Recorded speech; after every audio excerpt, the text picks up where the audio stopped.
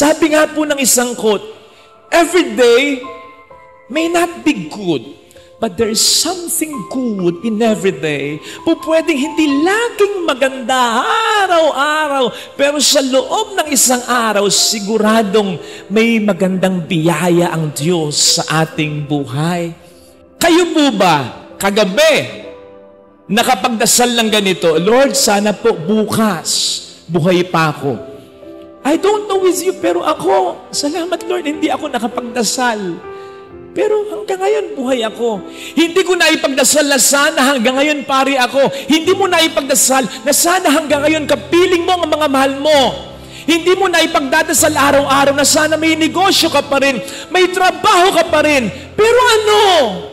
Itong mga hindi mo ipinagdarasal na ito, na patuloy na binibigay ng Panginoon sa iyo, isipin mo, hindi ba mas mahalagang dihamak ang lahat ng ito kaysa mga blessing na hinihingi mo, pero hindi mo pa nakukuha sa buhay? Ang nakikita mo ay ang traffic. Hindi mo man nakikita, may sasakyan ka, kaya nata-traffic ka. Or at least, may pamasahe ka. Ang nakikita ng mga dumadaan dito, lalong-lalo na tuwing sasapit ang linggo, yung traffic, napaka-traffic eka niyan. Dami eka kasi nagsisimba dyan. Buisit na yan. Kaya makikita mo, bubusina yung mga sasakyan. Parang mga nagmumura sa busina. Ang hindi nila nakikita, hindi mo nakikita. Nakatutulong yung lugar na ito para ma-inspire ang maraming tao. And for all you know, kaming mga dito nagsisimba ay nagdarasal hindi lang para sa amin, kundi para sa buong bayan. Kasama ka na hindi nagsisimba. Ang nakikita mo ay yung ang dami mong labahin. Yan, dami na namang labahin. Tampak na naman. Okay. Pero sana makita mo rin, kaya ka maraming labahin, buo ang pamilya mo. Buhay silang lahat. Wala pang nawawala at least naliligo sila. Gusto mo ba? Hindi na. Mag-amihimagsikan na. Nakikita mo ang daming hugasin, okay. Pero pwede ka naman tulungan kahit paano ng iba. Dapat ang mas makita mo, may inihahain kang pagkain. Hindi ka nagdidildil sa asin. Tama, nakikita mo na, gulong-gulo na naman. Ang daming mga laruan, ang daming mga gamit ng bata. Nakawiwindang yan talaga. Pero sana makita mo rin, ching, di ba may mga kakilala ka? Ako may mga kakilala ako hanggang ngayon pinagdarasal ko na magkaanak na. Kasi yung mga binili nilang gamit para sa mga anak sana nila, yung mga binili nilang laruan, pinagmamasdan na lamang nila, hindi magulo kasi wala silang anak kahit isa. Kagabi mayroon akong kausap. May sakit siya, stage 4 cancer. Malamang nanonood siya. I love you po, ate. Ang gustong-gusto kong sinabi niya, Father, nakahanda na naman ako. At kahit minsan, hindi ko kinuwestiyon ng Diyos kung bakit ganito ang sakit ko. Hindi ko siya kinuwestiyon. Bakit ako? Sa loob-loob ko, ano gusto mo ako? Pero hindi niya sinabi yun. Hindi nga niya kinukwestiyon ng Panginoon. Ang sabi ko sa kanya, ate, yan palang malaki ng biyaya. Akala mo lang ikaw yung sumasampalataya sa Kanya. Akala mo lang ikaw yung nakakapit sa Kanya. Ang hindi mo alam, siyang nakakapit sa iyo. Hawak-hawak ka niya na para pang sinasabi niya sa iyo, huwag kang magtatampo ha. May mga mas maganda pa akong plano para sa iyo. Kapit lang, balang araw maintindihan mo. Blessing you! Blessing you! Sapagkat ang pinakamatindi na po pwedeng mangyari sa atin ay hindi yung magkasakit tayo, hindi yung mamatay tayo, kundi yung magtampo tayo at malayo tayo sa Panginoon. Yun! Ang pinakamatindi na po pwedeng mangyari sa atin. At tandaan natin ang blessing na po pwedeng mangyari sa atin. Ang pinakamaganda ay yung maramdaman mo habang ikay nabubuhay dito sa mundo. Ano man ang mangyari sa buhay mo, ang Diyos ay kasama mo. Hindi naman niya ipinangako talaga na mawawala ang lahat ng ating mga problema. Ang ipinangako niya, ikaw ay sasamahan ko. Kaya't kapag yan ay nararamdaman mo, yun ang blessing sa buhay mo. Hindi yung wala kang problema, kundi yung kahit wala kang problema o may problema ka, ramdam mo, kasama mo siya. And ultimately, ang pinakamahalagang blessing ay yung tayo ay kanyang makasama. Kaya't kung ano man yung hinihiling mo na makakaapekto sa layunin niya, na ikaw ay makasama niya sa langit, kung yun ay makapagpapalayo sa iyo sa kanya, hindi niya ibibigay yun. In the same vein of thought, na kahit yung problema na alam niya na kapag nangyari sa buhay mo ay mas mapapalapit ka sa kanya, ihalaw niya. Kasi more than the blessing and even lalo na more than the suffering, ultimately ang gusto ng Diyos, ikaw ay kanyang makapiling. Pagpunta natin ng langit, lahat ng yan ay maintindihan natin. Pagpunta natin ng langit at sabihin natin, ay tama, sulit. Ay, dapat pala dati na ako namatay eh. Totoo. Ang sinasabi sa atin ng Panginoon sa ating first reading, ano man ang blessing na ibinigay ko noon sa pamamagitan ni Aaron, ibibigay ko sa iyo ngayon. Ano ang sabi niya? I will bless you and keep you. Pero parang sinasabi sa atin ng Panginoon, like Mary, also keep me sa puso mo. Yung alaala ng mga blessings ko, lagi mong isipin sa puso at buhay mo. Napanood ko eksena, Superman series o kaya pelikula. May nagliliyab na building, hanggang tupok na tupok. Merong isang lalaki na kinakailangan iligtas. Superman! Bilis! Kinuha niya yung lalaki, nilipad niya. He flew him out of the burning building. Yay! Ligtas na. Kaya lang ang Superman, hindi nagtigil sa kakalipad. Lipad ng lipad. Hanggang sa outer space na. Kaya makikita mo yung eksena nung ililigtas yung lalaki from the burning building. Masaya. Ay, salamat. Pero nung umangat, nasa Pluto na yata. Sabi nung lalaki, teka, iniligtas ako mula sa nag-aapoy na building ngayon. Papatayin ako sa kaba dito.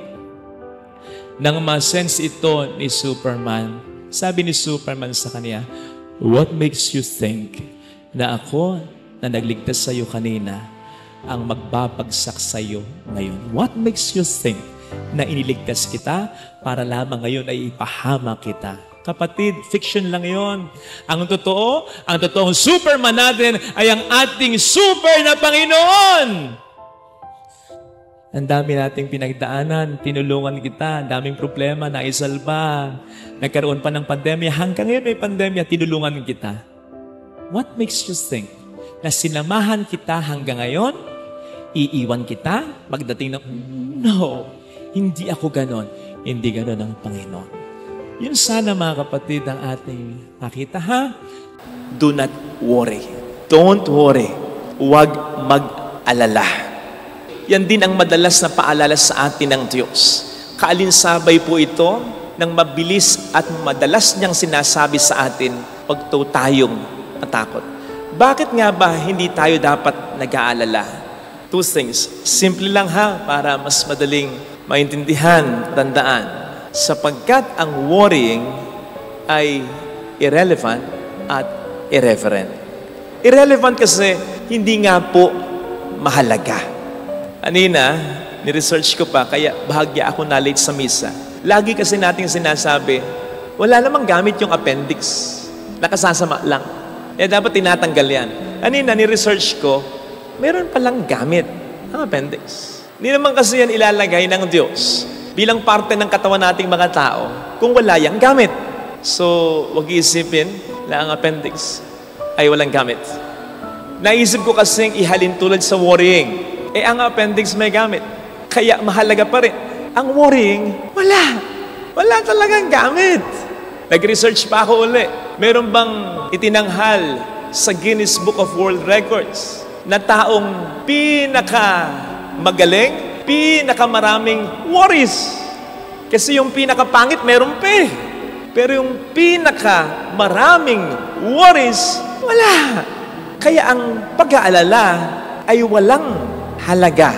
Sabi nga po ng isang quote, worrying is like sitting on a rocking chair. Tumba-tumba. It keeps you busy, but it doesn't get you anywhere. Doon ka lang. Sa lugar na yon. Hindi ka lumalayo. So, we can worry all day, all night, all week, all month, all the days of our lives. Pero walang maidadagdag sa atin. Walang positibo. Puro pa nga negatibo. O sige nga, Meron bang taong nagsabi sa'yo, Mars, alam mo yung problema ko sa pera, yung problema ko sa sakit, solve na. Paano na-solve? Inalala ko lang.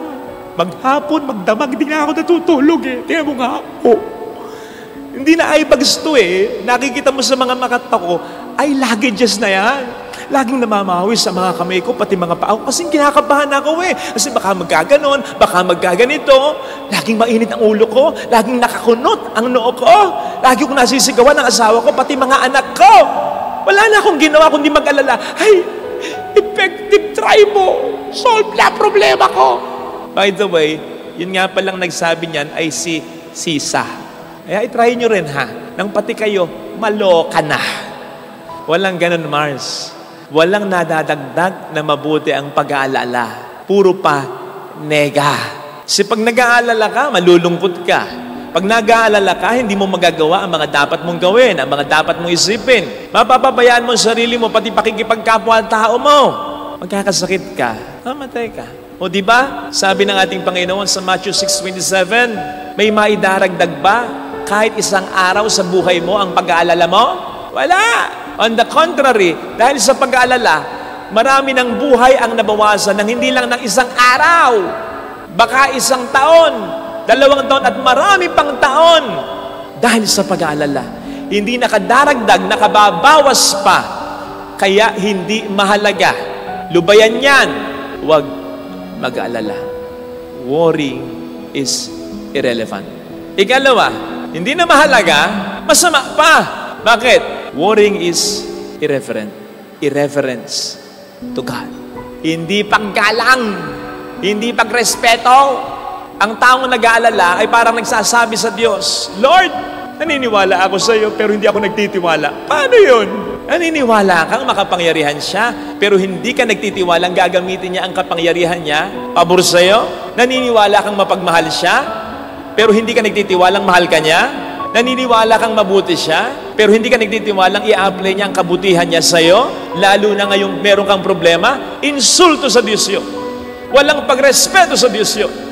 Siya na nagsabi na napakaraming beses, huwag kang mag-alala, huwag kang matakot. Siya na nag-assure sa'yo na mas mahalaga kang di hamak sa milyong-milyong mga mayang pinapakain niya kahit hindi nanghihingi sa kanya ng pagkain ng mga maya. Siya na nagsabi sa iyong mas mahal ka niya at mas inaalagaan ka niya kaysa sa mga magagandang halaman na iyong nakikita.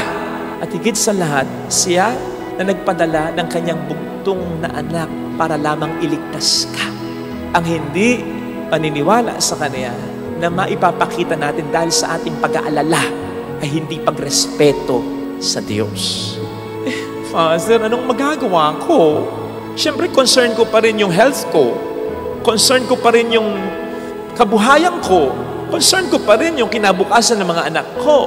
Hindi naman sinasabing hindi mo maging concern eh. Ang sinasabi, yes, maging concern ka, pero alisin mo ang iyong pag-aalala.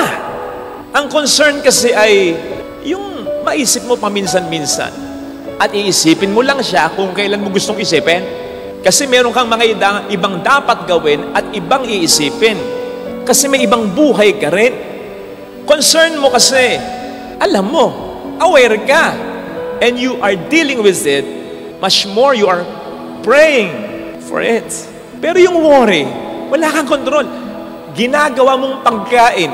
Kung si Kristo, doing my Father's will is the food that sustains me. Ikaw, worrying is the food that sustains me.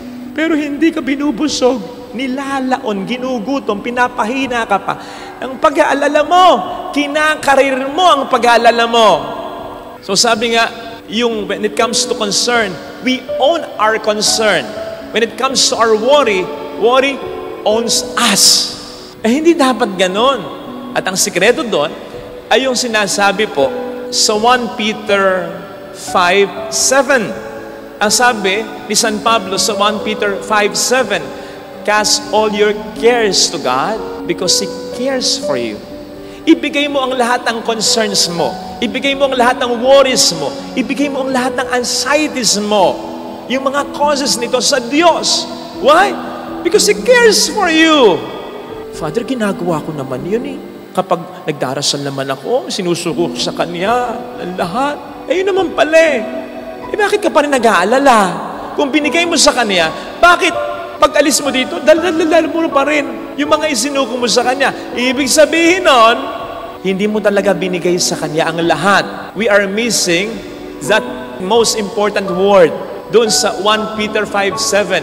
All your cares, cast all of them. Hindi sinabing cast yung 99.9% cares mo. Hindi. Cast all your cares to Him. Lahat ibigay mo sa Kanya. Sapagkat sige ka, kapag yan ay hindi mo ginawa, nag-aalala ka na, sabi ko nga, ikakasala ka pa. Alam po ninyo, ang sabi dun sa mga naunang bersikulo, in fact, isang bersikulo lang. So 1 Peter 5:7, o ano yung po yung nauna? 1 Peter 5:6, ang galing. Ang sabi sa 1 Peter 5:6, ay magpakumbaba kayo sapagkat ang Diyos ay nalulugod sa mga mapagkumbaba samantalang sinasaway niya ang mga mayayabang. Something like that. It's about humility. Pagpapakumbaba. Magkadugtong po yan. Ang sabi sa 1 Peter 5:6, magpakumbaba. Ang sabi sa 1 Peter 5:7, cast all your cares to Him. Kaya, casting all our cares to God is humility. While carrying all our cares or some of our cares ay pride. Yung pagpapaubaya talaga sa Diyos ng lahat ay pagpapakumbaba. Lord, hindi ko kaya. Pero kaya mo ito. Alam kong tutulungan mo ako. Ula ngayon, hindi ko na masyadong aalalahan nito. Isipin ko paminsan-minsan. Pero hindi araw-araw, hindi minuminito, hindi segundo. I'm casting all my cares to you. On the other hand, carrying even some of our cares, Lord, I got this. Kaya ko ito. Kaya ko ito. Kaya ba nga yan? Kaya, huwag po tayong masyadong nag-aalala. Hindi na yan mahalaga. Masama pa. Mamumroblema ka na.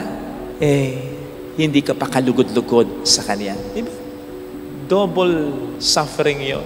Kinakailangan mo ng tulong. Hindi pa nalulugod sa iyo ang Panginoon. Ito sana ang ating makita, mga kapatid, sapagkat lahat tayo may mga alalahanin sa buhay. Ibigay natin ang lahat ng alalahanin na ito sa Diyos. Upang alalahanin man natin ay paminsan-minsan lang, sapagkat alam natin, ito ay inaalala at ginagawa na ng paraan para sa atin ng Diyos. Tingnan po ninyo ang picture ng Divine Mercy. Diba? Yung isang kamay nakaturo sa kanyang puso, yung isa niyang kamay nakaganyan na parang nagbe-bless. Anong ibig sabihin yan? Para sa akin, simple lang. Sinasabi niya, kinaawaan kita, kinahabagan kita. Ang ibig sabihin ng awa at habag sa punto de vista ng Diyos, nararamdaman ko'y nararamdaman mo. Ako rin minsan sinabi ko sa Ama, Ama, bakit mo ko pinabayaan? Yan din ang nararamdaman mo, di ba? Naiintindihan ko yan. Basta huwag kang mawawala ng pag-asa. Tulad ko, pagkatapos mong sabihin, Ama, ba't mo naman ako pinababayaan? Sabihin mo rin sa Kanya, pero Ama, sa mga kamay mo, binibigay ko ang Espiritu ko. Ikaw na ang bahala. At kapag ganun ang ginawa mo, sabi niya sa kabilang kamay niya, muli kitang bubuhay sa huling araw. Literally or figuratively, ibabalik ko ang sigla ng iyong buhay. Pagpapalain kita. Mahal ka ng Diyos. Makapangyarihan ng Diyos. Huwag mong aalisin yun. Kaya nga ang sabi, wear the helmet of salvation. Niligtas ka na ng Diyos Hindi lang sa krus, kundi sa buhay mo. Ang dami mo ng problemang nalampasan. Tandaan mo yan. Huwag mo aalisin yan sa iyong isipan sapagkat yun ang pangahawakan mo. Mahal ako ng Diyos. Hindi po pwede kong isipin, hindi na ako mahal ng Diyos kasi ang Diyos ay hindi nagbabago. Di ba't pagsugal, kapag ang kalaban mo ay buta, zero, mahahalata mo ba? Hindi siya papahalata. Ganyan lang yan. Bakit? Binabluff ka niya. Ganon ang Diablo. Binabluff ka lang niya na parang hindi mo kaya. Binabluff ka lang niya na wala na daw mangyayaring maganda. Binabluff ka niya, tinatakot ka niya, pinagpapaalala ka niya. Bakit alam niya na kapag kumasa ka, kahit yung 1% pananampalataya, sa tulong niya, ang demonyo mapapataob mo siya. Kasi kahit 1% pananampalataya, aalagaan niya, aalalayan niya, kakaawaan niya. Ganon ang banal awa niya. Kasi iniintindi niya ang bawat isa. Inasmuch as, saan ba galing yung 1% pananampalataya na yan na nanghihina na? Saan? Di sa 100% pananampalataya na bawasan lang dahil sa dami mong naging problema. Si Tomas, hindi naman talaga siya dati nagdududa. Bakit siya nagduda? Ang tindi nung nangyari. Si Jesus yung inaasahan nila, pinatay ng walang laban. Hindi pa nabubuhay. Yun ang alam niya eh. Masisisi mo ba siya? Ganun ka rin naman. Yung 1% pananampalataya na nanghina na kung meron ka niyan ngayon o kung darating yan sa buhay mo, nanggaling yan sa 100%, kaya kakaawaan ng Diyos yan eh. Hindi ka naman tulad ng Pariseyong from the beginning hindi na naniniwala sa Kanya. Naniniwala ka, it's just that patong-patong yung problema. Hindi ka naman talaga bumibitaw eh. Kapit na kapit ka sa Kanya. Kaya lang ang bigat-bigat na ng dinadala mo sa buhay. Kaya parang bumibitaw ka na rin. Pero sa totoo lang, ayaw mong bumitaw sa Kanya. At yun ay naiintindihan niya. Yun ay inuunawa niya. Kaya yun ay kaaawaan niya. Basta, kahit yung isa na lang na pagkakakapit, huwag mo ibibigay sa demonyo yun. Kapit lang. Sabihin ng iba, Father, wala na akong pananampalataya. Ba't kinakausap mo ko? Ba't nagdarasal ka? Ba't nagsisimba ka? Meron pa. Kung nakabitaw ka man, hindi ka niya binibitawan. Nakabitaw ka, nakakapit siya. Ganun. So wag kang mawawala ng pag-asa. Kahit sino dito, mayroong pinagdaraanan. Yung iba sobrang mabibigat. Yung iba sobrang mabibigat na kung hindi lamang may takot sa Diyos, kung hindi lamang masamang magpakamatay, matagal nang kinitil ang kanilang sariling buhay. Mind you, maraming ganyan. Sigurado ko, ito yung mga taong na-encounter natin. Nakangiti kahit paano, nakakatawa, nakakapustura. Pero sa loob-loob nila, ang bigat-bigat pala ng dinadala nila. Imagine encountering such kind of people, tapos susungitan mo. Ni hindi masyadong narinig yung inutos mo, hihiyain mo. Simpleng pagkakamali, mumurahin mo. Tandaan mo yung minumura mong kasambahay mo. Pag uwi ng bahay niyan, anak yan, o kaya natay yan, o kaya nanay yan. Gusto mong minumura ang nanay mo? Niloko na ito, lulukohin mo pa. Umuutang sa'yo, papatungan mo ng patubong sobra-sobra, tapos sasabihin mo, tinutulungan mo lang siya. Kung hindi ka magpapatubo ng sobra-sobra, kung hindi niya kakagatin yon, magpapautang ka. Sa pamilya, ganyan din. May mga pagod na, bibigyan mo pa ng sama ng loob, patong-patong na ng problema, dadagdagan ka pa. Ano sa paningin mo, sa pakiramdam mo, ang magiging pakiramdam nila? Ganito, dapa na, sinusudsud mo pa, sinusubsub mo pa. Huwag naman sana. Lahat tayo, totoong may pinagdaraanan. Kaya kung minsan, kung makapagsalita ka, gano'n na lang. Bakit? May pinagdaraanan ka rin sa pamilya mo eh. Okay. Pero, hindi lahat tayo pare-pareho ng pinagdaraanan. Hindi totoo yung kasabihang, we are all in the same boat. Sapagkat yung iba sa atin, naka-cruise ship. Yung iba sa atin, nakabarko. Yung iba sa atin, nakabalsa. Yung iba sa atin, styrofoam na lang ang hawak sa gitna ng karagatan ng problema. Ikaw, maganda pa support system mo eh. Nakahawak pa at parehong kamay mo. May humahawak pa sa'yo. Sila baka daliri na lang. Tapos, itutulak mo pa. Kaya sana mga kapatid, in this world, where the devil has spread so much hate, piliin nating maging mabait. Kasi, sigurado ko, people come into our lives not by accident. It's either pinupapunta sila ng Diyos sa atin, o tayo ang pinapapunta ng Diyos sa kanila. Either way, we can experience even a glimpse of heaven here on earth.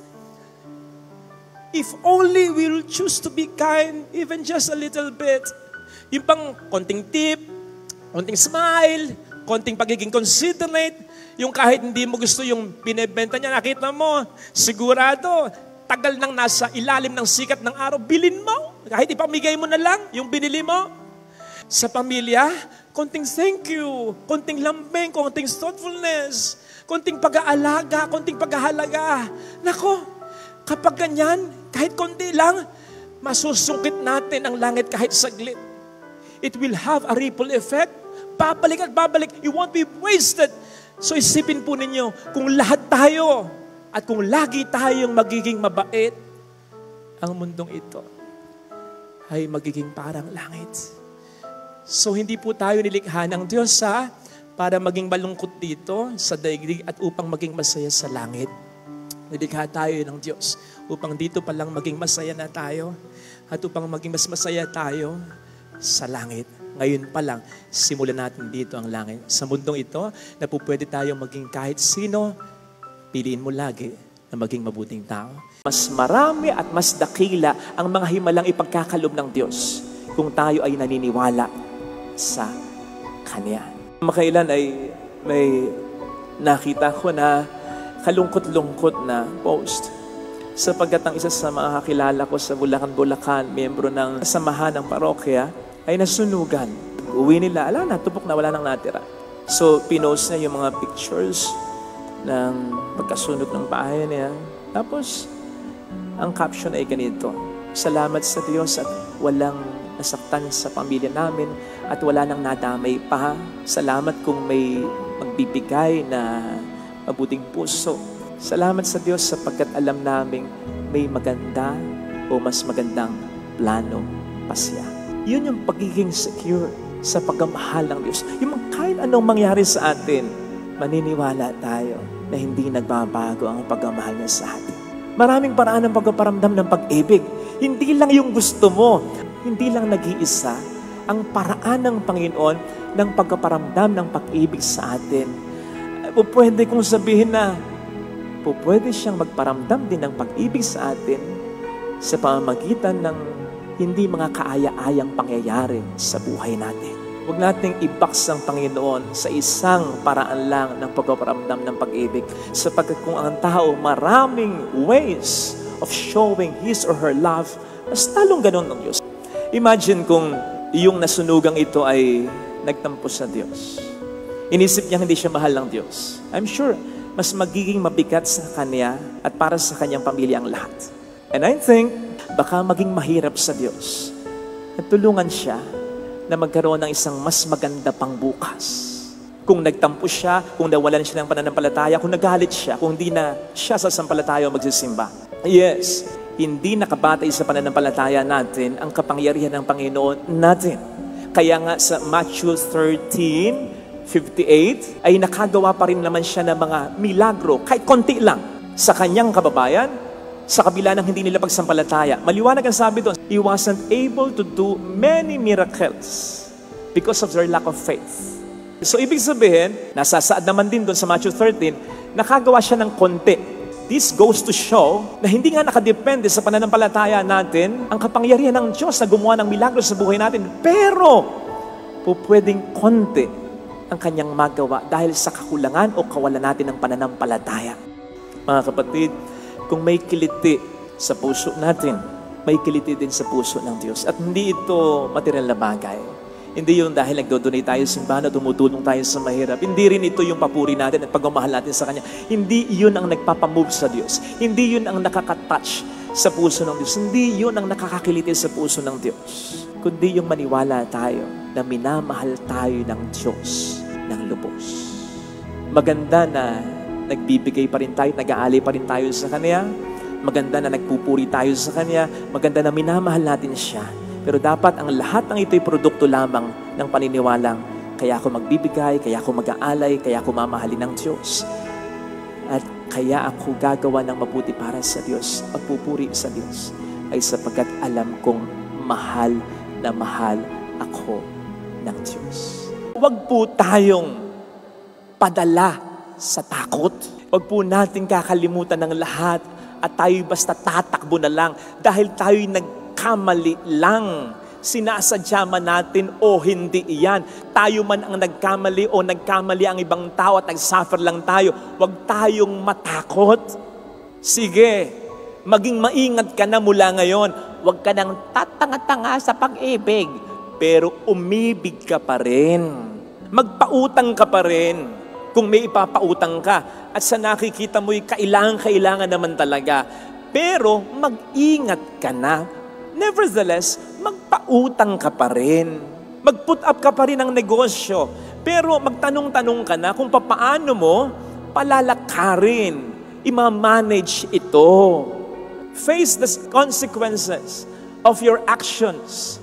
Accept responsibility sa mga naging kasalanan mo. Yes, mahiya ka. Pero lumaban ka pa rin. Mag-move on ka pa rin. Magtrabaho ka pa rin. Tumayo ka pa rin. Wala namang natatalisod nang hindi lumalakad ng pasulong eh. Kaya ka natatalisod sapagkat lumalakad ka ng pasulong. And so matalisod ka man, at least sumusulong ka. Eh bawat lakad mo ba natatalisod ka? Eh kung ganun, may diferensya ka. Pero kung bawat lakad mo, pasulong, pakonti-konti, paminsan-minsan, parte ng buhay yon. Hindi ka naman Diyos eh. Ang Diyos lang ang sapat. Ang Diyos lang ang hindi nagkakasala. Ang Diyos lang ang hindi nagkakamali. Ang Diyos lang ang hindi naloloko. Tao ka. The Bible even tells us, yung taong malapit sa Diyos, yung taong banal na, yung taong makatuwiran na, nagkakamali pa rin, nagkakasala pa rin, tayo pa kayang nagpapakabanal pa lang? Basta ang mahalaga, matalisod ka man, umuusad ka, sumusulong ka. Hanggang sa marating mo yung buhay at yung misyon na gusto ng Diyos para sa iyo. Tutulungan ka naman ng Diyos eh.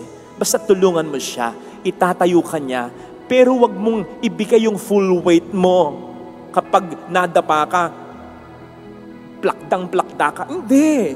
Iunat mo ang iyong mga baraso, iunat mo ang iyong mga binte, unti-unti kang makabangon at i-pull up ka ng ating Panginoon. Sa ating Ebanghelyo, 3 beses, binigyan ng tsansa ni Kristo si Pedro na makabawi. Hindi lamang talaga 3 beses eh. We keep on saying, God is the God of second chance. Pero pansinin po ninyo, medyo binabago natin. God is the God of second chances. So ibig sabihin, napakaraming chances. Sapagkat gano'n naman talaga ang Diyos. Kaya't kung binibigyan ka niya ng second chance, ng another chance, lalo pat seryoso ka namang bumabangon sa iyong pagkakamali, sa tuwing ikaw'y madadapa, siya na tumutulong sa iyong makabangon, ang tutulong din sa iyo habang panahon, hanggang sa matupad mo ang iyong misyon, lalong-lalo na para sa pamilya mo. Yung ikay maging mabuting asawa, maging mabuting magulang, maging mabuting anak, maging mabuting kapatid. Ano man ang pagkakamali mo, basta bumangon ka, maaabot mo yon sa tulong ng ating Panginoon. Andaan mo kapatid, ang daan ng kabiguan at tagumpay, isa lang. Pero yung tagumpay, mas malayo kesa sa kabiguan. Kaya't kapag hindi ka tumigil sa pag-abot ng pangarap mo, ng misyon mo bilang isang Kristiyano na maging mabuti unang-una para sa pamilya mo and then sa ibang tao, sa simbahan ni Kristo. Pag hindi ka tumigil, maabot mo yung tagumpay.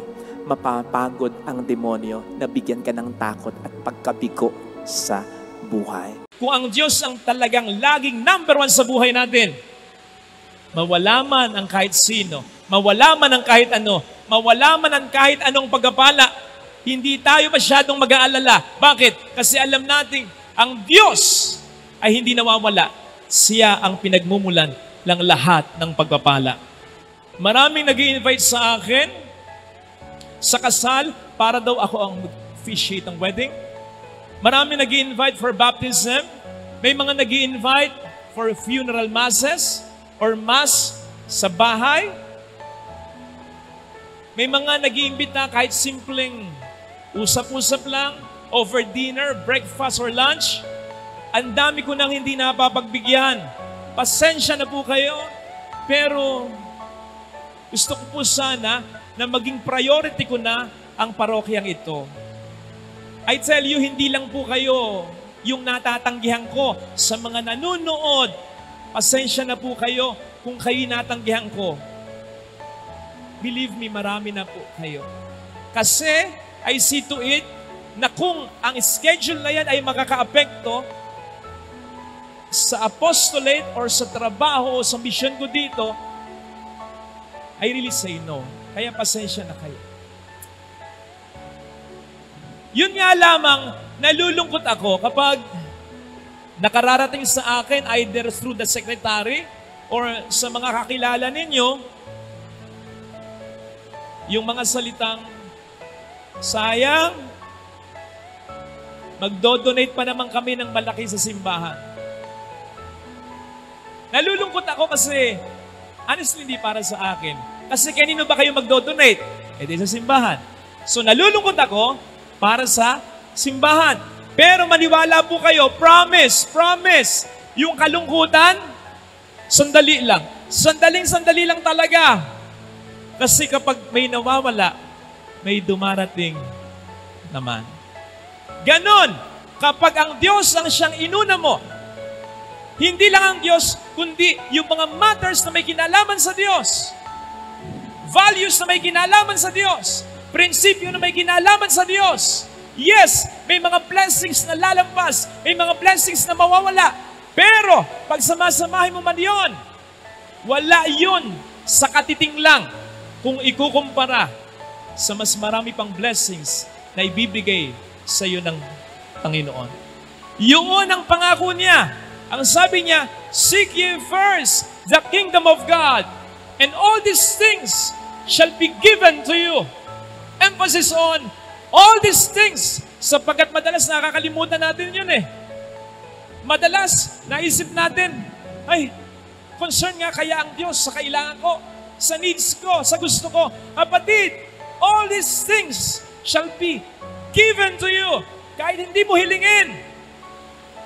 Ang ibig sabihin nun, pag inuna mo ang Diyos sa buhay mo, siyang bahala sa mga pangangailangan mo. Kahit hindi mo malaman, darating at darating ito. Amen?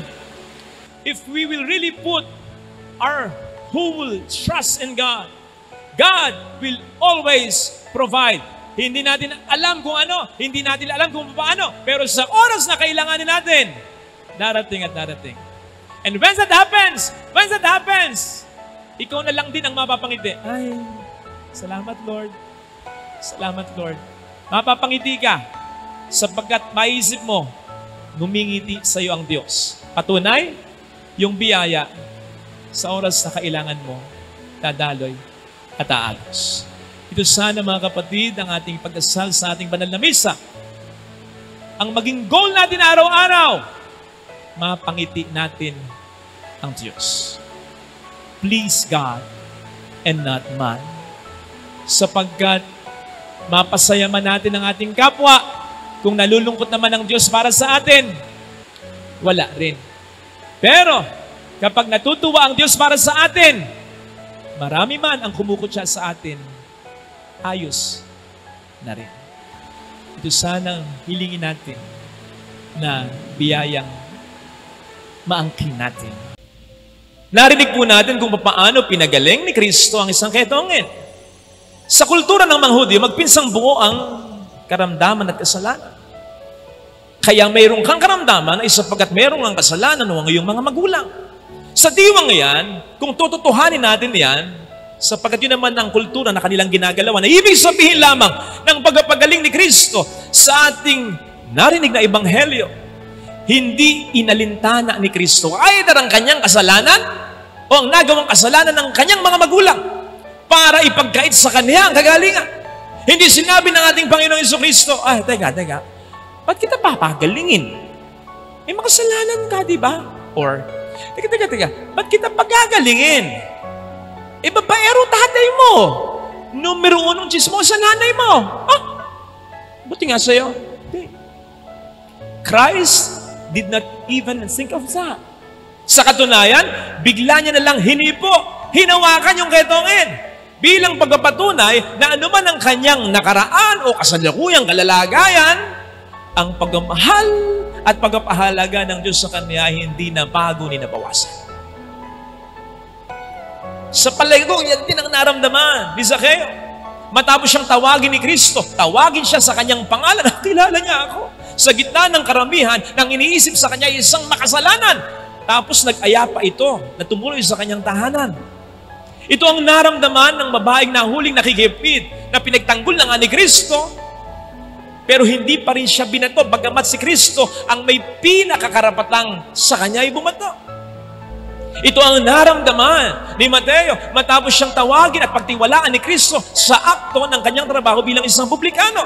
Yan din ang naramdaman ni Pedro nang siya ay bigyan pa rin ng panibagong tsansa ng ating Panginoon at pagtiwalaan sa kabila niyang itinatwa niya ito, hindi lang isang beses, kundi 3 beses lang naman. 3 beses lang naman. Inuulit ko yan at hindi ko sinasabi ng sarcastic yan sapagkat 3 beses lang naman. Konti lang yan. Kung ikukumpara sa sandamakmak na nating mga kasalanan at pagkukulang, pero sa kabila ng lahat ng ito, binamahal at binibless pa rin tayo ng ating Panginoong Jesucristo. Gets mo? Ibig sabihin, para sa iyo at para sa akin, ang Diyos ay tapat at totoo.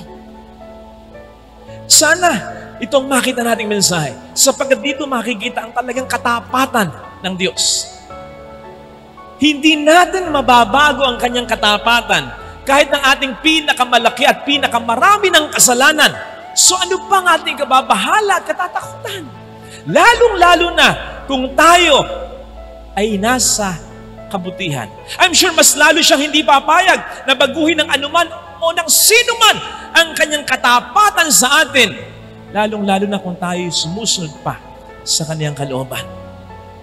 I'm telling you this, and I want to emphasize this.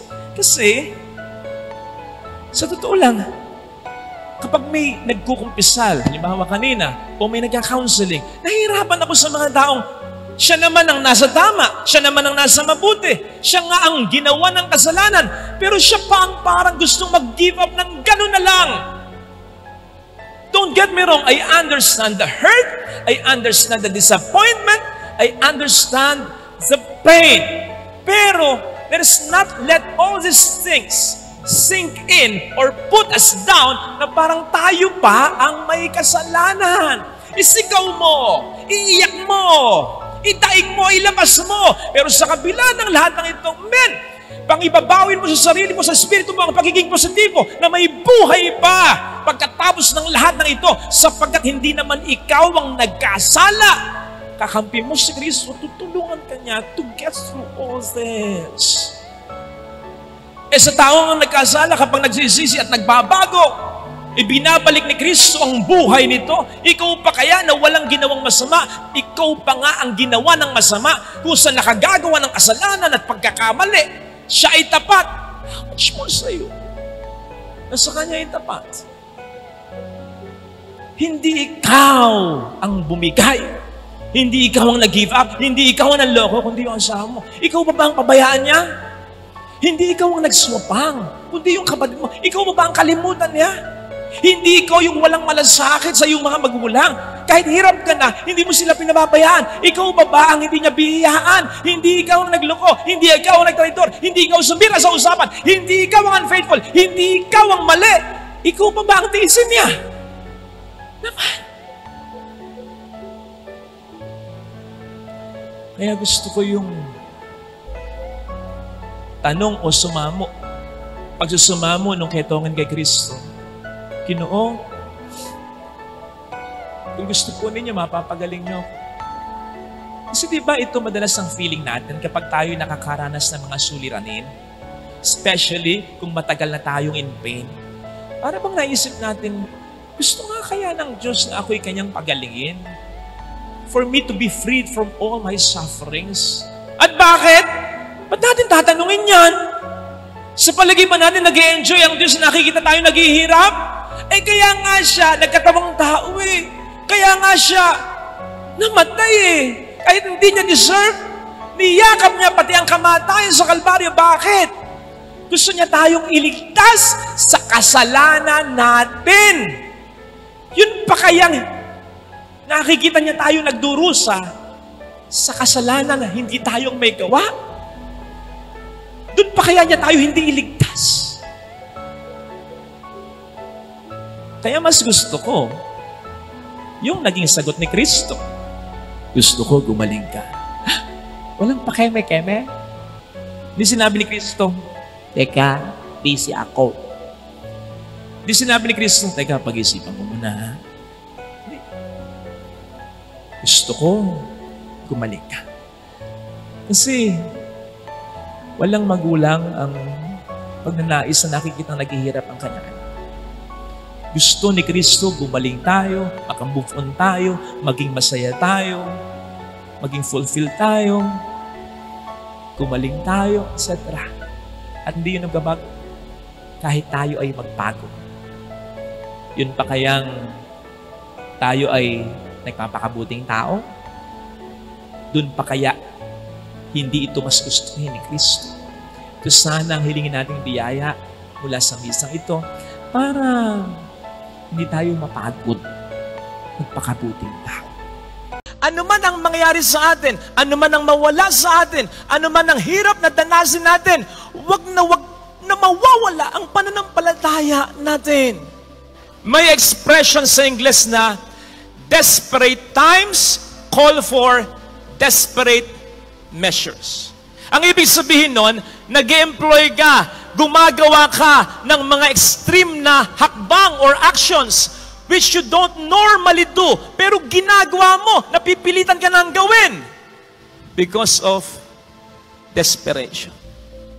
Halimbawa po, sa ating Ebanghelyong napakinggan, tampok ang 2 tauhan na under desperate times.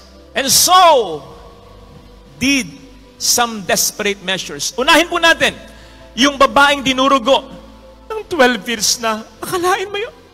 Sinabi sa detalye, marami na ang nagasta niya. In fact, naubos na ang kanyang pera sa kapapagamot. Pero walang doktor ang nakapagpabuti, kundi pa lumala pa sa sakit niya. Kaya ginawa niya ang hindi niya dapat gawin. Sa pananaw ng mga Hudyo at sa pananaw niya, marumi siya. Katulad ng isang taong ketongin, obligado siyang sumigaw, marumi, marumi. Iabiso sa mga tao, huwag kayong lalapit sa akin. Inaagasan ako ng dugo, marumi ako. Obligasyon niya yon. Pero hindi niya ginawa. Ang ginawa niya, nakipagsiksikan pa siya. Kasi nga, ayaw niyang magkagulo ang madla. Gusto niyang makalapit kay Jesus nang hindi nito namamalayan. Hinawakan pa niya si Jesus. Mali yun. Kaya pansinin po ninyo. Hinahanap ni Jesus kung sino humipo sa kanya. Dudug, dudug, dudug. Kinakabahan yung babae kasi alam niyang maling-mali yung ginawa niya. Wala eh. Desperate times, desperate measures. Yung opisyal ng sinagoga, si Jairo, opisyal, may katungkulan, hindi mo expect na magpapatira pa siya sa paanan ni Jesus. Sigurado ko, nang magpatira pa siya, maraming nagulat. Baka nga, videohan nyo, picturean nyo, isumbong natin sa mga kasama nito. Hindi niya dapat ginawa yan.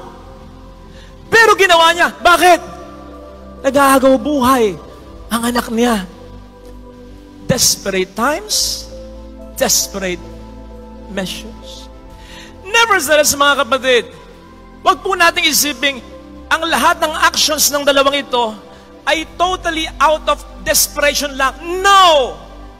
May pananampalataya dito. At ito ang pagninilayan natin sa puntong ito. How do we know? Anong sabi ni Jesus sa babae? Pinagaling ka ng pananampalataya mo. Anong sabi ni Jesus doon kay Jairo? Don't be afraid. Have faith. May pananampalataya ang dalawang ito. Kaya nga kahit papaano, kalmado. Kaya nga kahit papaano, hindi sila nagwawala. Kaya nga kahit papaano, reasonable pa rin ang mga ginagawa. At yun po ang gusto kong malaman po ninyo. Ano man ang mangyari sa atin, ano man ang mawala sa atin, ano man ang hirap na danasin natin, wag na mawawala ang pananampalataya natin. Kasi yung katwirang desperate times, calling desperate measures, sometimes, it does not turn out to be good. Lalong-lalo na kapag litong-lito ka na, magwawala ka. Kung wala ka ng pag-asa, ang sabi nga natin sa Tagalog, kapit sa patalim na. Pupwede kang makagawa ng masama, pupwede kang magnakaw, pupwede kang mangargabyado, pupwede kang pumatay, pupwede kang magpakamatay out of desperation. Kaya dapat, kahit na hindi mo kontrolado ang sitwasyon, litong-lito ka na, may pananampalataya pa rin. Kontrolado ng Panginoon ang sitwasyon. Amen? Father, God never fails. Father, hanggang ngayon, wala akong trabaho. Ang tagal ko nang ipinaubaya sa Diyos ang laban na ito. God never fails ka dyan. Hanggang ngayon, may sakit ako. Ang tagal ko nang itinulog sa Diyos ito. Ipinagkatiwala sa Diyos ito. God never fails ka dyan. Hanggang ngayon, problemado ako sa pamilya ko, sa isang tao, sa mahal ko na gusto kong magbago. Hanggang ngayon, hindi nagbo-boom ang negosyo ko. Hanggang ngayon, ganito ako. God never fails ka dyan. Kung totoo na ipinagpasa Diyos mo na ang lahat ng ito, somehow, it basically means, hindi mo na laban lang ito. Laban na rin ng Diyos ito. At kapag siya ang lumalaban para sa'yo, wala kang karapatan na sabihin na siya ay failure na o talo. Para mas maging maliwanag yung puntong yan, look at me. Ito, idadramatize ko yung nangyayari, ha? Sabi ni Jairo, nag-aagaw buhay po yung anak kong dalagita. Sumama kayo sa akin.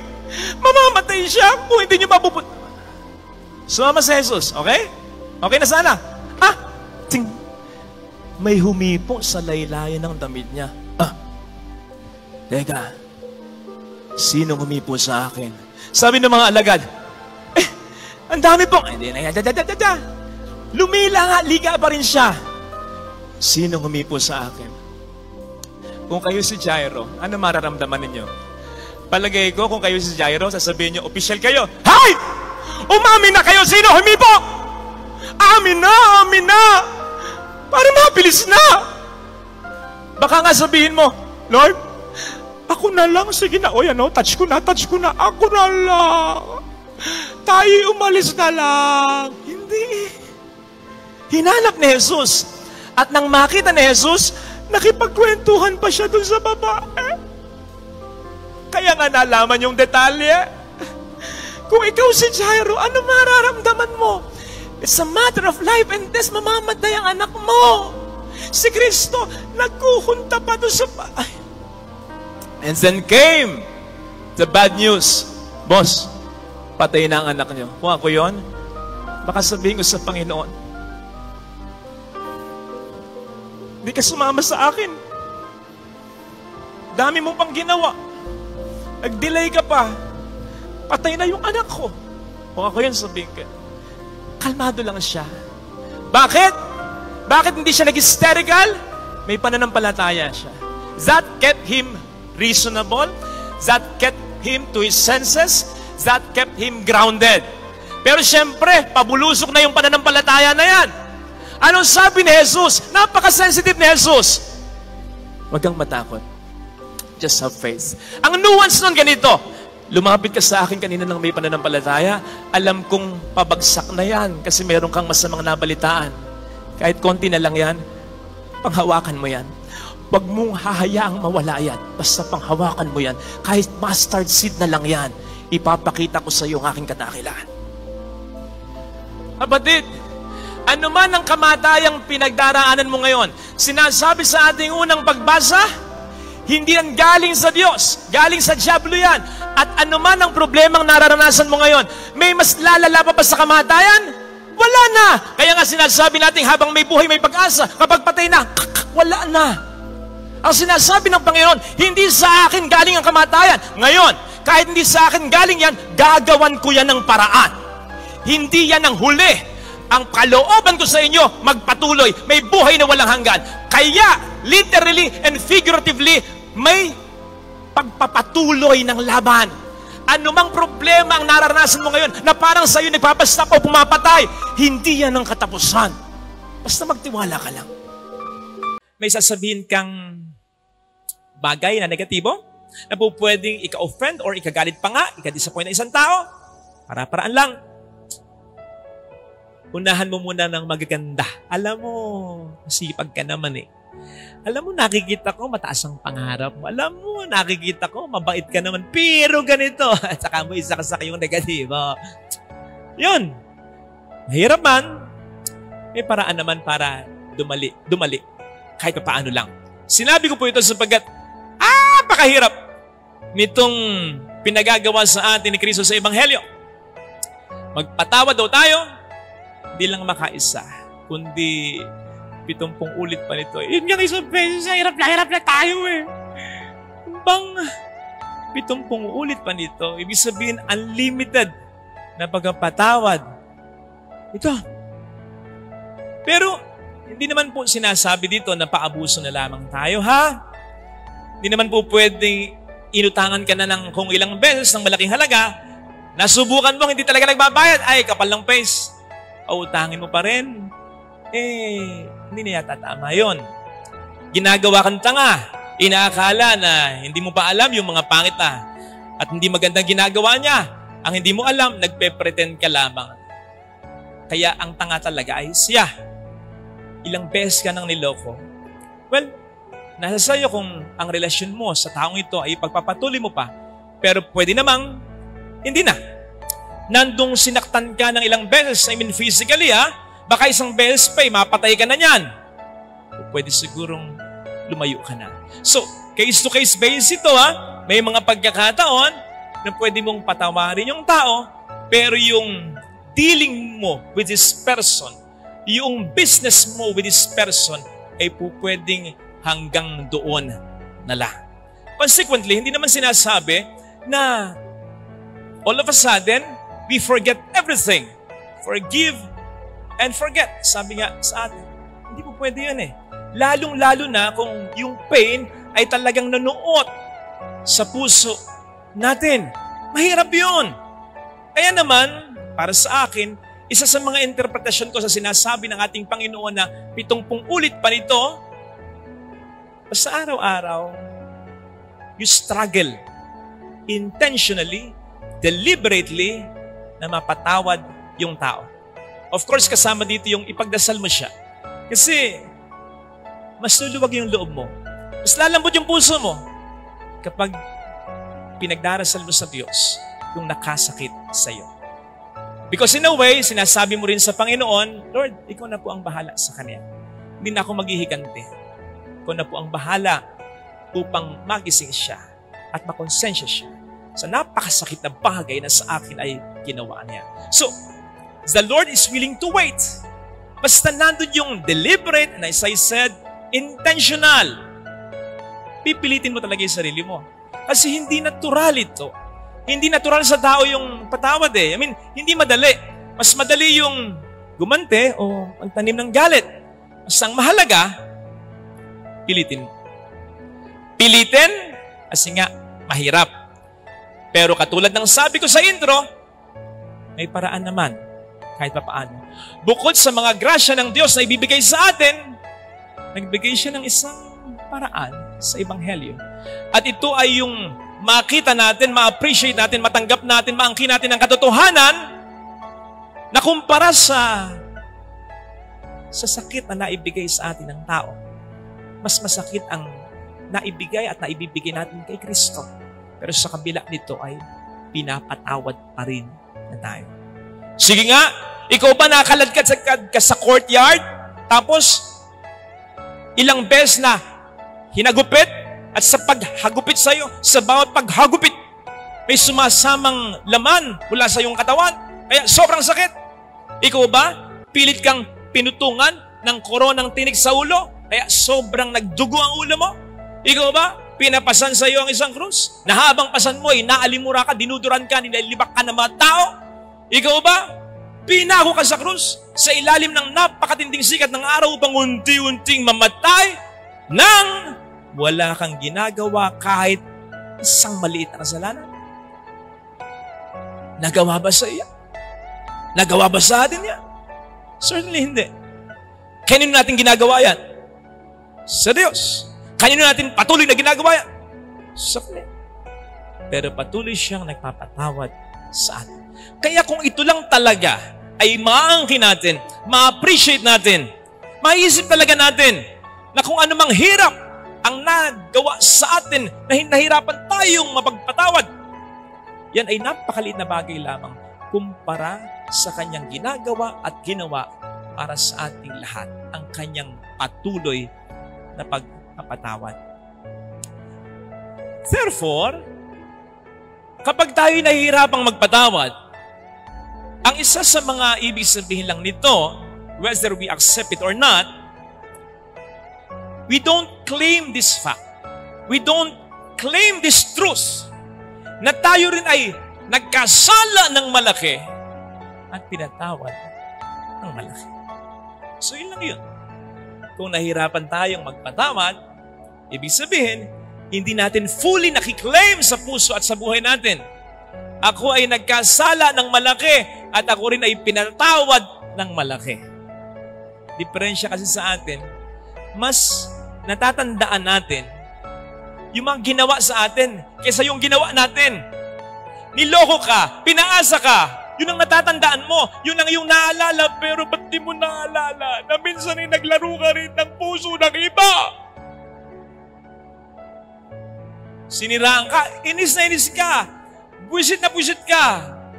Pero minsan, di ba, nakapanira ka rin o nakasama ka rin sa pag-uusap ng maraming tao tungkol sa buhay ng may buhay, negatibo tungkol sa isang tao. Grabe ang reaksyon mo sapagkat nagsinungaling sa'yo. Eh hindi ba tayo nakapagsinungaling kahit minsan lamang sa buhay natin? Pwede mo nating sabihin, hindi naman siya yung ginawan ko na yun I mean, yung gumawa sa atin ng kasalanan. Hindi naman siya yung ginawan ko na. At kung ikukumpara yung nagawa kong kasalanan, mas matindi yung ginawa niya. Okay? Granted? Pero sana we believe na lahat ng ginagawa natin, kahit sa kanino, naka-address yan sa Panginoon natin. Siya ang nag-absorb, nagbe-bear ng lahat ng kasalanan natin. Pero in spite of these pains, we are inflicting upon Him. Nandun pa rin siya hanggang ngayon para magpatawad sa atin. And He is just asking from us one thing, ang magpatawad din tayo sa nagkakasala sa atin. Brothers and sisters, alam kong mahirap ito. Karanasan ko rin po ito. Pero lagi po nating tatandaan, first point, hindi tayo hihinga ng Panginoon ng isang bagay na alam niyang hindi natin kakayanin. Tandaan natin, Diyos siya, alam niya ang lahat. At hindi lamang Diyos siya, alam niya ang lahat. Nagkatawang tao siya upang alamin para sa atin. Hands-on, personally, ang lahat. Tinesting niya para sa atin ang lahat. Alam na niya ang ating kakayanan, tinesting pa niya sa kanyang sarili, sa kanyang pagkakatawang tao, kung talagang ating makakayanan bilang tao. Kung papaano ang isang ina, tinetesting muna niya ang isang mainit na pagkain kung kakayanin na ng anak niya kapag sinubo niya. Kung papaano ang isang ama, tinetesting muna niya ang isang pool o ang isang river, kung gaano kalalim, kung tama na ba para sa pagsuswimming na anak niya. Ganon ang Panginoon ang siya'y magkatawang tao. Tinesting niya ang lahat. At tulad ng pagpapatawad, kung kakayanin ba natin ang ganang. And He realized, kaya natin. Kaya nga niya ito ay hinihingi sa atin. Sa pa, hindi naman niya hihilingin sa atin, lalo pat we are in so much pain kung alam niyang mag-a-add lang ng another burden sa atin. No! Hihingi niya sa atin kasi alam niyang makatutulong din sa atin. Kapatid, nasa saan ka mang sitwasyon ngayon? Kung sa palagay mo, diyan ka talaga inilagay ng ating Panginoon. Believe me, you are the right person for that. Huwag kang makikinig sa diablo na nagsasabi sa iyo, either diretso or sa budhi mo, di mo kaya. Hindi ito para sa iyo. Wala nang mangyayaring maganda. Sapagkat, to tell you frankly, sinungaling siya. Ang nakikita niya, may mangyayari pang maganda. Ang nakikita niya, kaya mo talaga. Kaya binabaligtad ka niya. Yes, maaring for the meantime, parang mga maling tao ang nakapaligid sa iyo. Kasi sumasakit ang ulo mo, dinudurog nila ang puso mo. Puro konsumisyon ang binibigay sa iyo. Pero it doesn't necessarily mean na ikaw ay maling tao na rin para sa mga taong ito. Tandaan mo, lalong-lalo na kung ang pag-uusapan natin dito ay pamilya mo. Hindi ikaw ang pumili sa kanila. Ang Diyos ang pumili sa iyo na maging kapamilya nila. Pwede mang magkamali ang Diyos? Hindi. Kaya mo. Maniwala ka. Nagiging mahirap lang kasi for the meantime. Sana nga for the meantime. Hindi sila asawa mo, kapatid mo, anak mo, na pinoproblema mo. For the meantime, sana, hindi sila nagpapakatamang tao, tamang asawa, tamang kapatid, tamang anak para sa iyo. Pero hindi na sila magiging tama pa kung magiging mali ka na para sa kanila. Naintindihan niyo po ba? You can't prove them wrong by being wrong. You can only encourage them to be right by being right. Sticking to what is right, kahit mahirap. Tama po ba? Parang ayaw niyo Mahirap naman talaga. Yung manatiling mabait pa rin asawa, mabait pa rin magulang, mabait pa rin anak, kapatid, kahit na hindi man bait sa iyo yung tao.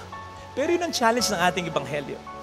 Doon tayo sinusugo ni Kristo sa misyon na ito. Tandaan po natin, kung i-apply natin sa bawat isa sa atin, go into the world. Huwag mo munang interpret yun na buong mundo. Mahirapan kang i-decipher yun. Yung world muna dito, yung mundo mo, yung mundo ng pamilya mo, doon ka sinusugo ni Kristo. Yun ang unang responsibilidad mo. Yes, mahirap, pero ito, huwag niyong aalisin po ito sa isip po ninyo.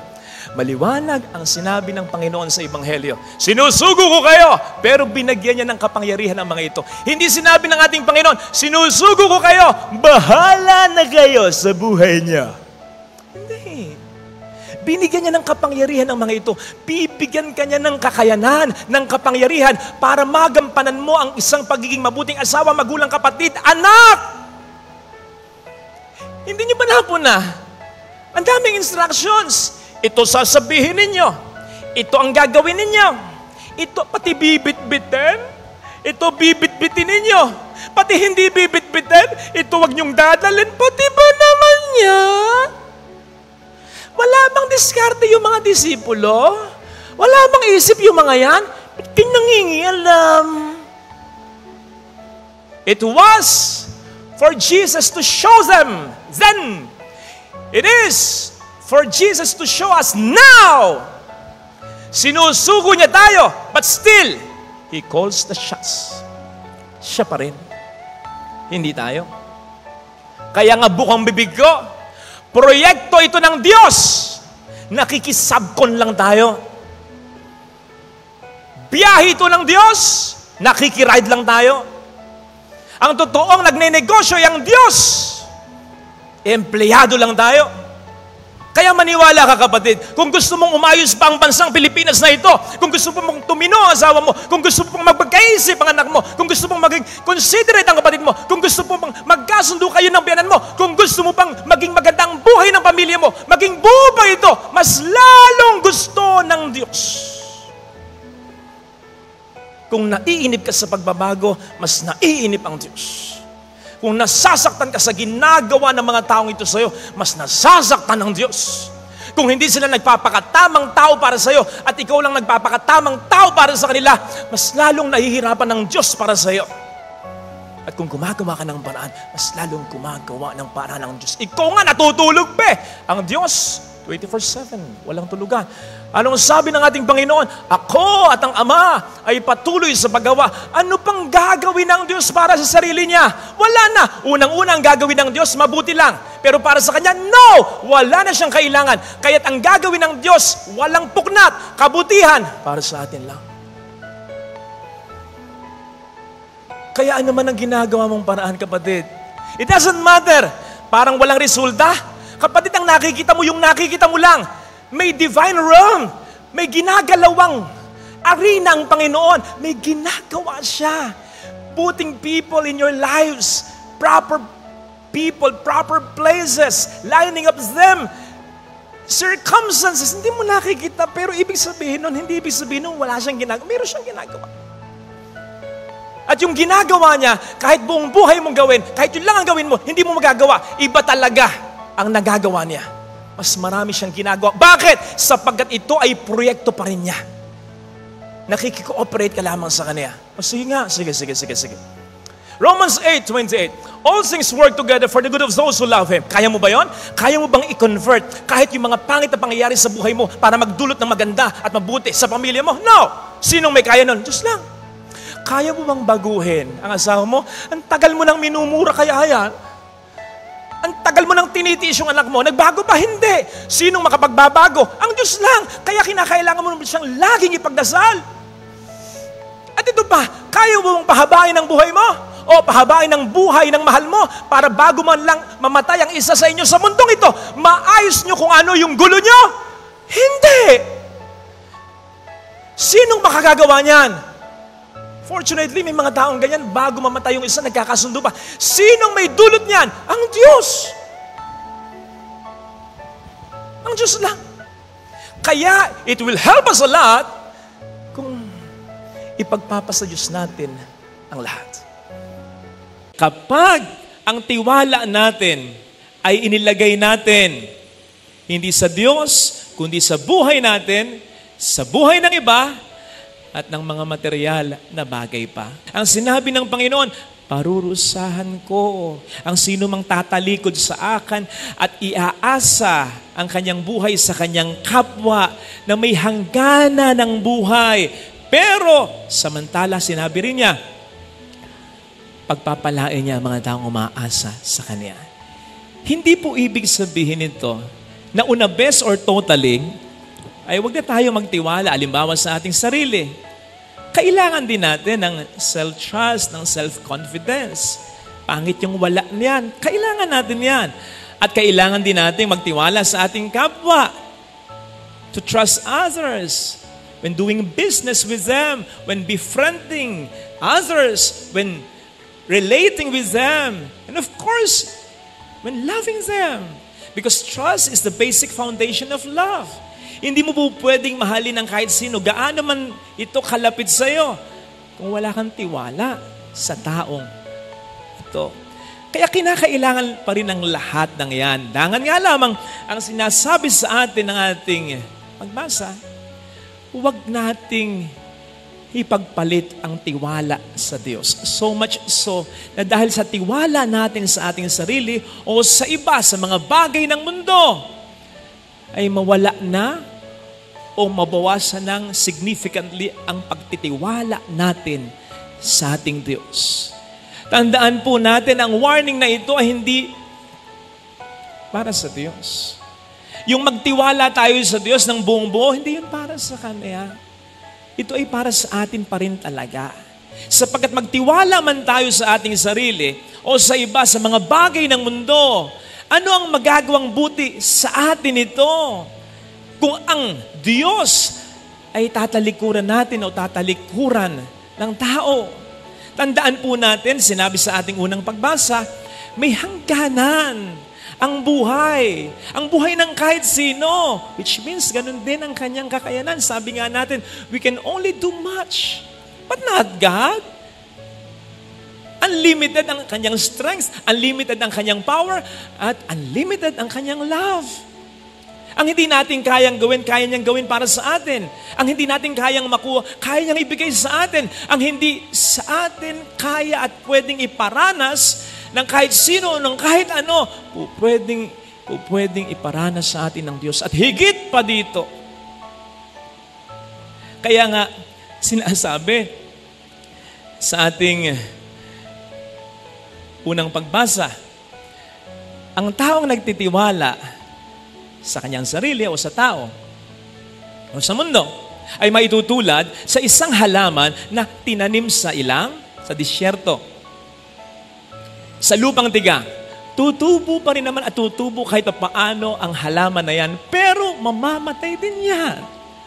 Kung tumubo man, hindi mamumunga. Kung mamunga man, hindi sagana. Bakit? Limitado ang sustansya. Yaan ang taong nagtitiwala sa tao, sa mundo. Pero yung taong nagtitiwala sa Diyos, matutulad sa isang halaman, sa isang puno na nakatanim sa gilid ng batisan. Dumating man ang tagtuyot o tag-init, hindi nababaser yung puno na yan. Bakit? Matatag pa rin yan, maganda pa rin ang mga bunga yan, sagana pa rin ang bubungan yan. Bakit? Dahil unlimited ang sustansya niyan. Kaya nga kapag buong-buo ang pagtitiwala natin sa Diyos, laging may sagot sa anumang tanong, laging may lusot sa anumang gusot, laging may bagong pagkakataon kahit in the face of any hopeless situation, sapagkat hindi nauubusan ng solusyon at paraan ng Panginoon. Hindi nga ba't meron tayong biro kung minsan patungkol sa isang taong mayaman? Maubusan yung bangko, pero hindi yan. Galing, sobrang sigurong yaman nun. Makilala yata sana para makapagtulong sa pagpapagawa ng ating simbahan. Pero biro lang talaga yun. Kasi hindi po pwede mong i-apply sa kahit sino yun. Kahit pa sa maraming perang bangko sa buong mundo. Maubusan at maubusan yan. Maubusan na maubusan. Kaya biro lang talaga yan. Pero kanino hindi po pwedeng maging biro yan? Sa Diyos. Ang Diyos kasi ay hindi mauubusan lang lahat ng mga bagay, pati paraan ng ating kinakailangan para sa ating kabutihan. Kaya, trust God and not man. Let me end with this. Ang sabi kasi ng Ukrainian president ay sa Russia ito. Kasi nga, binobomba na talaga sila ng walang patid eh. You can destroy our Ukrainian church and cathedrals, but not our strong faith in Ukraine and in God. And that makes Ukraine even more dangerous. Ulitin natin, sabi niya sa Russia, you can destroy our Ukrainian church and cathedral, but not our faith in Ukraine and belief in God. Again, that makes them even more dangerous. Bakit? Kahit pa hindi sila fully tulungan ng NATO, maging ng Amerika na nangako talagang ipagtatanggol sila. Kahit sila lang, kahit pa unti-unti nang naubos ang armas nila, kahit pa unti-unti, last man standing lang yung president, hindi susuko yan. Bakit? Sapagkat umaasa sila hindi sa tao, kundi sa Diyos. Ang umaasa sa Diyos at hindi sa tao, hindi pababayaan ng Diyos. Yes! Pwedeng definitely ay masakop ng Russia ang Ukraine, pwedeng lahat ng nandyan ay mga matay, pero hindi ibig sabihin nagtagumpay ang Russia. Hindi ibig sabihin nagtagumpay ang Russia. Siguradong gagawa at gagawa ang Diyos ng paraan upang sa kabila ng mga pangit na nangyari o mangyayari ay may maganda pa rin mangyayari sa ulit sapagkat hindi pababayaan ng Diyos ang mga taong nagtitiwala sa kanila, sa Kanya totally. Ma-segue natin sa ating gospel reading. Hindi napunta yung mahirap na tatad ng sugat sa langit dahil sa siya'y mahirap at tatad lang ng sugat. Hindi. Hindi siya napunta ng langit dahil lang doon. Hindi automatic yon. Napunta siya ng langit sapagkat sa kabila ng kanyang hirap at mga sugat-sugat, hindi siya gumawa ng mali. Hindi niya pinagtangkaan yung mayaman, hindi niya ninakawan yung mayaman, andun lang siya, bahala yung mayaman kung bibigyan siya. Hindi niya naisip patungkol sa mayaman, ang sungit-sungit mo, bahala na ang Diyos sa'yo. parusahan ka sana, makarma ka sana. Yes, Lord. Yun ang dahilan kung bakit siya napunta ng langit. Hindi dahil siya'y mahirap. Hindi dahil siya'y tagtad ng sugat. Napunta siya ng langit sapagkat sa kabila ng kanyang paghihirap, hindi siya gumawa ng masama. Bakit?